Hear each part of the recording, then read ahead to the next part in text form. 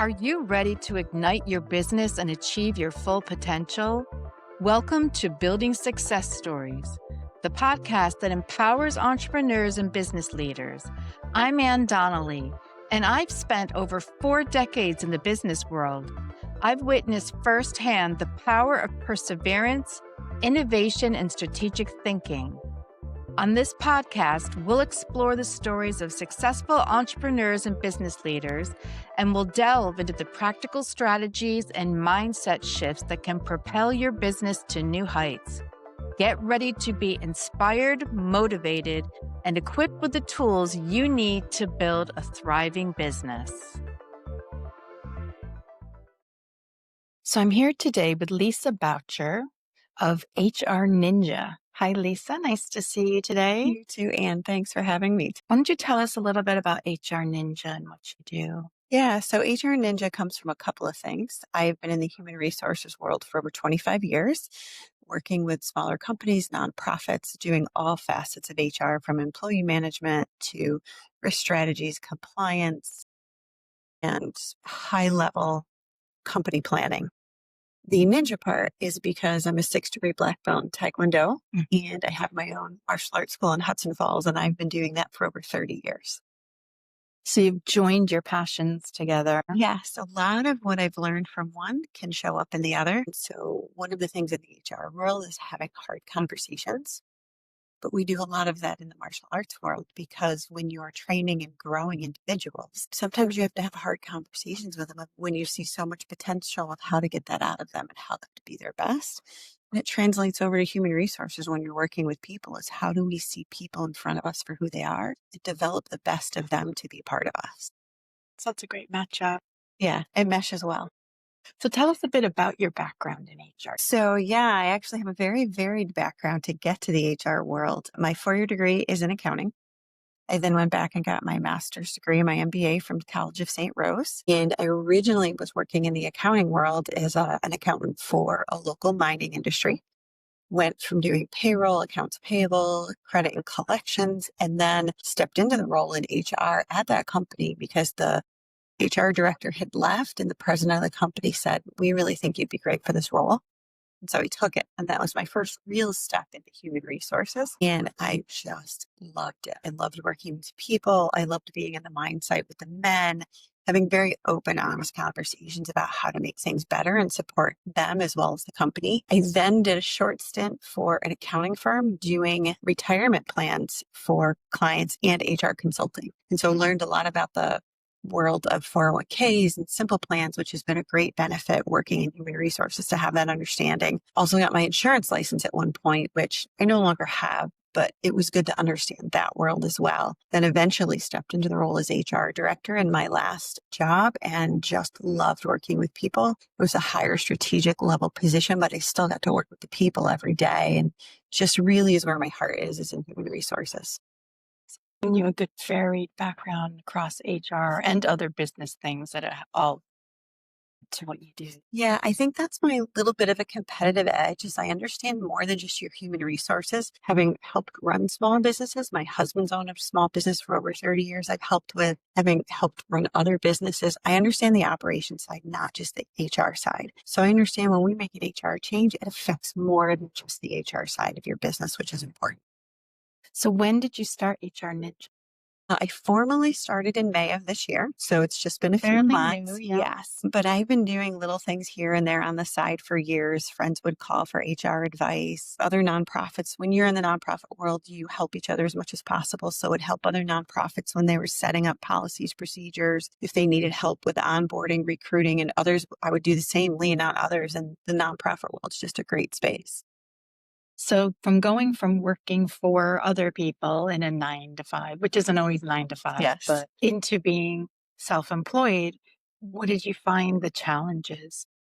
I think the biggest challenge is keeping yourself organized and my schedule mostly organized. I'm an organized person to begin with, but when you're trying to make sure you're meeting people where they're at, making sure you're blocking that time to work versus being out working with the people, I think that's been one of my biggest challenges. And I'm getting better at blocking, knowing that I work best in the morning. So that's my office time in the morning, and then getting out for the afternoons to meet and go to meetings and even just networking. Yeah, that's been the hardest for me because when you work for somebody, they expect you there certain hours. You show up and those are the hours you're there. When you work for yourself, it's making sure setting those boundaries that you work those hours. So, what sort of challenges would, say, a business owner or a manager find that they think like, "Oh, I need HR Ninja"? What would show them? It's a great question. I think some people sometimes think it's, oh, well, she just wants to come in and do policies and procedures, handbooks, or whatever. The reality is sometimes you don't have the people or the space to do a project. So you just need somebody to come in and guide and take care of that project. And a perfect example is I have a friend who works for a small nonprofit HR department of one. They have been changing all of their payroll over to a new payroll system, which means payroll, onboarding, terminations, even up to all their benefits, paid time off are in there. They're struggling to make the time to make the project flow. And so now it's gotten bumpy and hard, and employees are upset. Where if somebody comes in and says, let me guide the project for you, somebody who's been there before, I've done many a payroll conversion and understand what you need to do from beginning to end and hold the new company accountable for getting information done properly and getting it transferred. So yes, I can come in and just be there when you need a sounding board. I can come in and do your recruiting and your onboarding, do training, help you with open enrollment. Sometimes it's those projects we just can't get to. Also, a small company, lots of times they can't afford an HR person. So there's somebody doing bookkeeping and HR and all the things, and they just need somebody to rely on a few hours a week to help make sure everything's coming together. To make sure that you're doing these HR things right. Like, do you find that there's a lot of business owners that are just kind of winging it? And then when you get in there, it's like, no, what have you been doing? Most of them, for the most part, are doing well. If they have a staff of any kind, they're keeping the holes plugged. But there's always something they're not aware of that's missing. So, for instance, a small business I recently worked with, they had a changing of people in their office. And their rates of pay change based on what their crew does. In the summer, they mow lawns. In the winter, they snowplow. Their rates change. Well, they're supposed to get a notice of their rate change every time that happens in writing. It fell through the cracks with the new team coming in. And then all of a sudden they figured out we hired all these people. We haven't done this. So it's a small exposure, but it's a financial exposure at the end of the day if something should come up. And so I think most of them are handling it well, but it's more reactive rather than proactive. Where when you bring the HR person in, they can step back and take a look and say, here are some small things we can do proactively to line you up for success. You do occasionally get that one entrepreneur who's so excited and has a vision and is just running toward it and doesn't realize all the things that need to be set up in the background. And that's where I could come in with a growing company and be like, let's make sure we're placing all this stuff as you go to keep you compliant along the way. That sounds really important. It's beautiful to be an entrepreneur because you have a vision, you have this dream, and you're going for it, you're making it happen, and it's impacting so many wonderful things. But there's so much we all don't know about being in business. So I have lawyers to help me with my stuff. I have business advisors to help me with stuff. I have an accountant who tells me how to do things because I can't be an expert at everything. And so I pay the people who are experts in those things, even in marketing, to help me do things right and well because I just can't know it all. And that's where fractional people can come in. You're not adding a salary to your team. You're not worried about the benefits, but you're getting an expert for those hours that really gives you that base you need. And you can bring that objectivity that a lot of times business owners don't have. Yes. When we are very passionate about something, it's hard to see why a small tweak can make a difference because you think we're changing your vision when really what we're doing is supporting it to the best. And you just let us run with it, take care of it. That's great. Yeah. What are some other examples of ways you've helped businesses? I was recently having a conversation with somebody about employee attendance issues, and they work for a very large corporation and they're struggling with the bottom HR line. It's not clear cut. It wasn't helpful. So giving them some tips on how to have the conversation, like how to track better, how to push back with HR, the questions to ask their HR team. I've had people call me up with questions about how to handle FMLA, paid family leave for the state, How do we do this legally? How are we careful about this? It's a very intricate dance, especially when you get to be 50 employees or more. There's so many more pieces that come into play. I've helped folks look at what benefits are we offering and what can we offer side by side that costs us nothing but is more beneficial to the employee. There's so many ancillary benefits out there that cost the employer nothing that are an add-on. Employees better peace of mind. When we support an employee's home life, they're more stable at work. They're more likely to be there and be more present, which is important. Just things like that seem very gray and not black and white in the HR world. People think HR is black and white rules and regulations. The reality is every situation is different, but we set precedents every time we allow something. So let's talk through what precedent are we setting? What do we want to do now and in the future? And how do we work with all the things to make it best? Yes, I had a conversation recently with a group of people and they were talking about like what are the best benefits to offer employees. And I said, definitely depends on the employee because different people value money. Some people value status, some people value time, some people value freedom. It's very true. So, And the generations are different. We talk a lot about yeah, I was going to generations in ask the you workforce, about right? And I think back to when I was younger, my grandfather saying, kids today don't want to work. And now our generation is saying, kids yeah. today don't want to work. It's not that the younger generation doesn't want to work. They just want to be treated differently and work differently. I remember when I first went to work, my mom's comment was, you go to work, you do what they ask, unless it's illegal or immoral. At the end of the day, they owe you nothing but what the time you worked. And now we look at the generation coming and are like, well, we want to get paid well. We need benefits to survive. By the way, we want to be treated with respect every day. It's not a hard thing to treat people with respect every day. And not every one of them wants to work remote. Everybody thinks everybody wants to work remote. It's actually not true. Most people thrive with other people around. Yeah. So it's interesting. But yeah, I think work is different. It's not better or worse. It's just different. And it always will be, and it'll always be changing. And we just have to roll with it and figure out how to make it work. From the benefit side, I'm seeing a lot of chatter around about leave for pregnant moms and even menopause leave now. For those of us that are older and who have been through it, there were days I wish I could have called in and said, can I please take menopause leave? New York State has set up some great paid sick time, which is amazing that they've added that on. It can be hard for smaller employers to navigate, but it can work. Health insurance is huge today. And how much can an employer and will an employer contribute? Is a high deductible plan a good idea?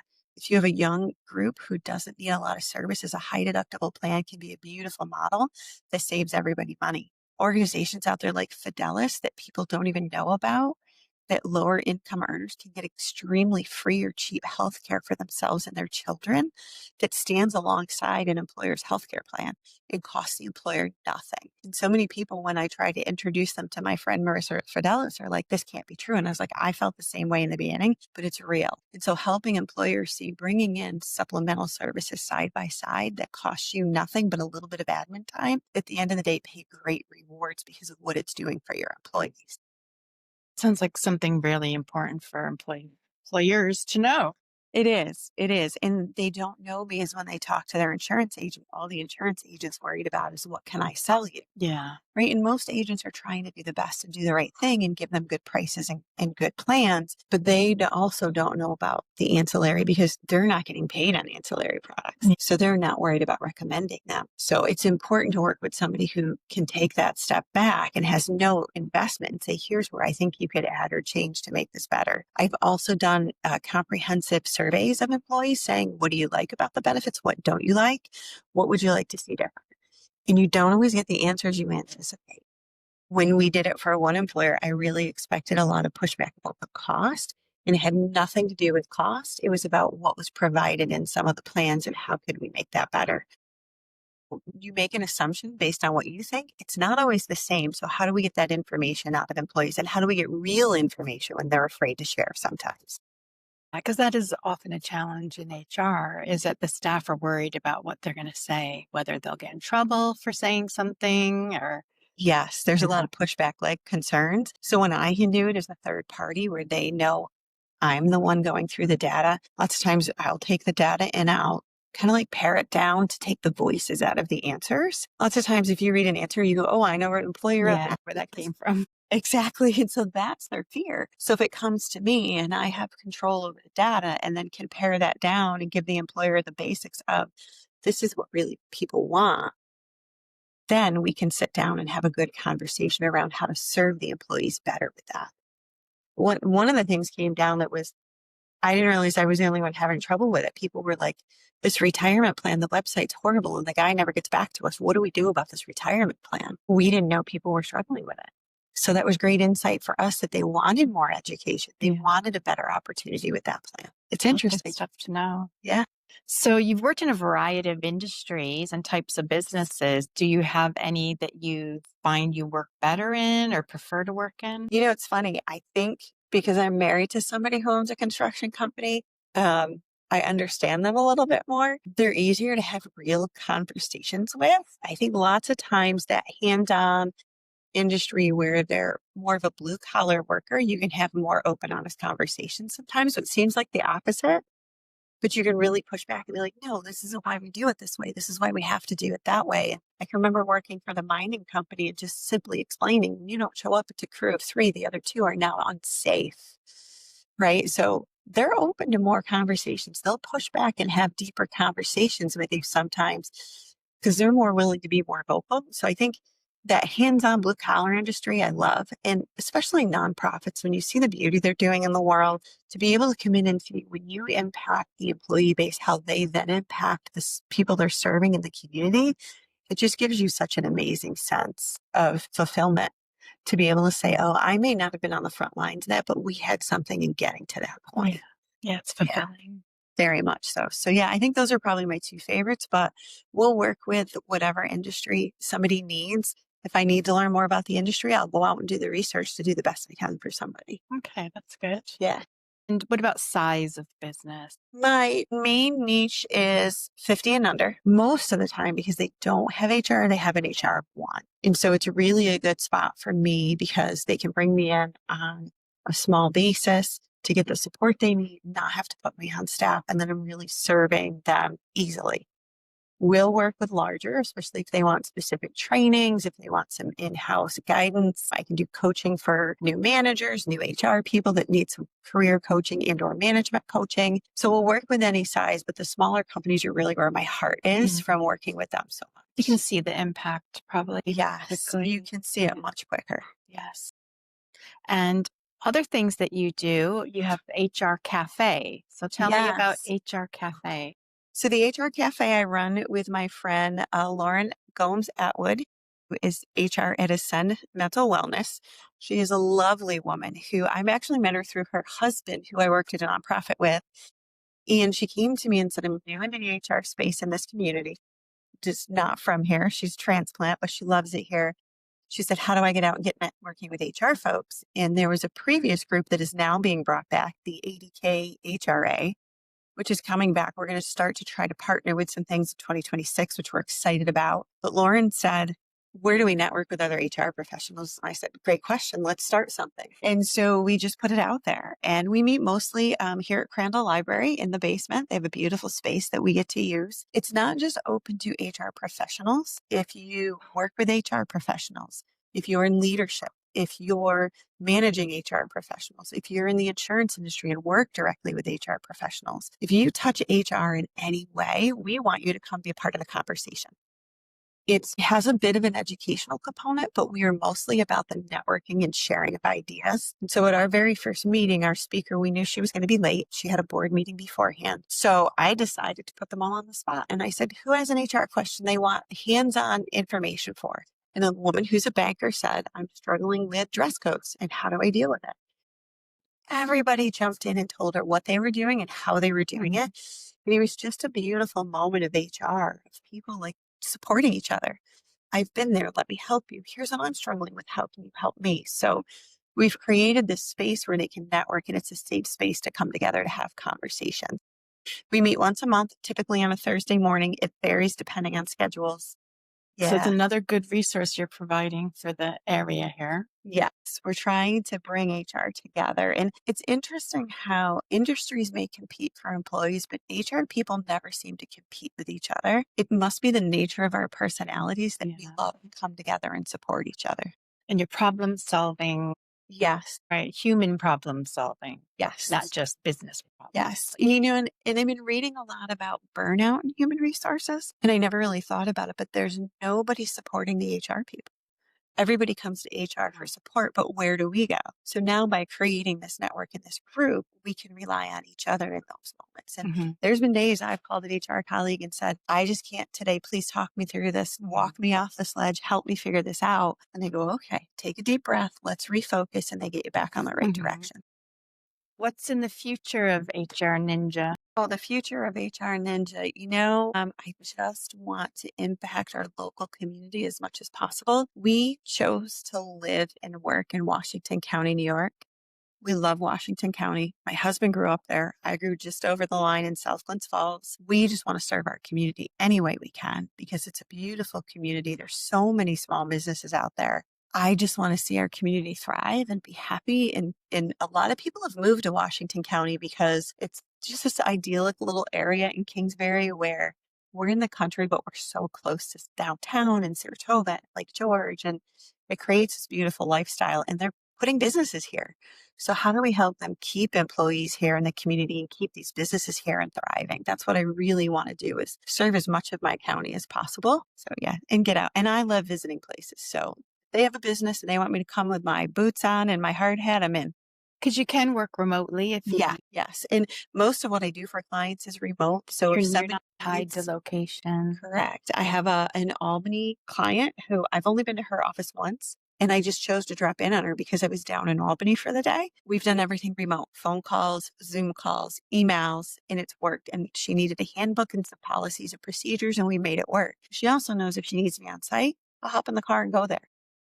I'm an hour from her, and if she needs me, I can be there for her. So it's a nice mix of how we can make it all work. Be limited to being able to work in New York State because absolutely not. No, there are some state specific. Correct. But similar to industry, you could do the research. Yes, we have all the resources to be able to do handbooks, policies, whatever we need. And the internet, it's so easy to go to a state website and a federal website now and get the information that we need to get them on the right path. So it's not a problem. Amazing. Yeah. Thank you so much. Thank you. I appreciate the time today. Thank you for joining me in this episode of Building Success Stories. Are you ready to take your business to the next level?